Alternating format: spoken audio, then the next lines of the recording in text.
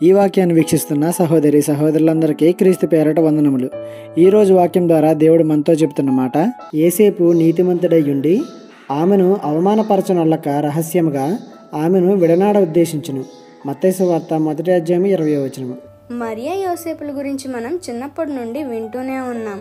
మరియ గర్భవతి అని తెలిసాక ఆమెను అందరిలో నిలదీసి అవమానపరచాలి అని అనుకోలేదు. రహస్యంగా ఆమెను విడిచిపెట్టేయాలి అనుకున్నాడు. ఎంత మంచి మనసు కలిగి ఉన్నాడో చూసారా యోసేపు. ఈ మనసు, ఇలాంటి ఆలోచన గుణం నీలో ఉందా?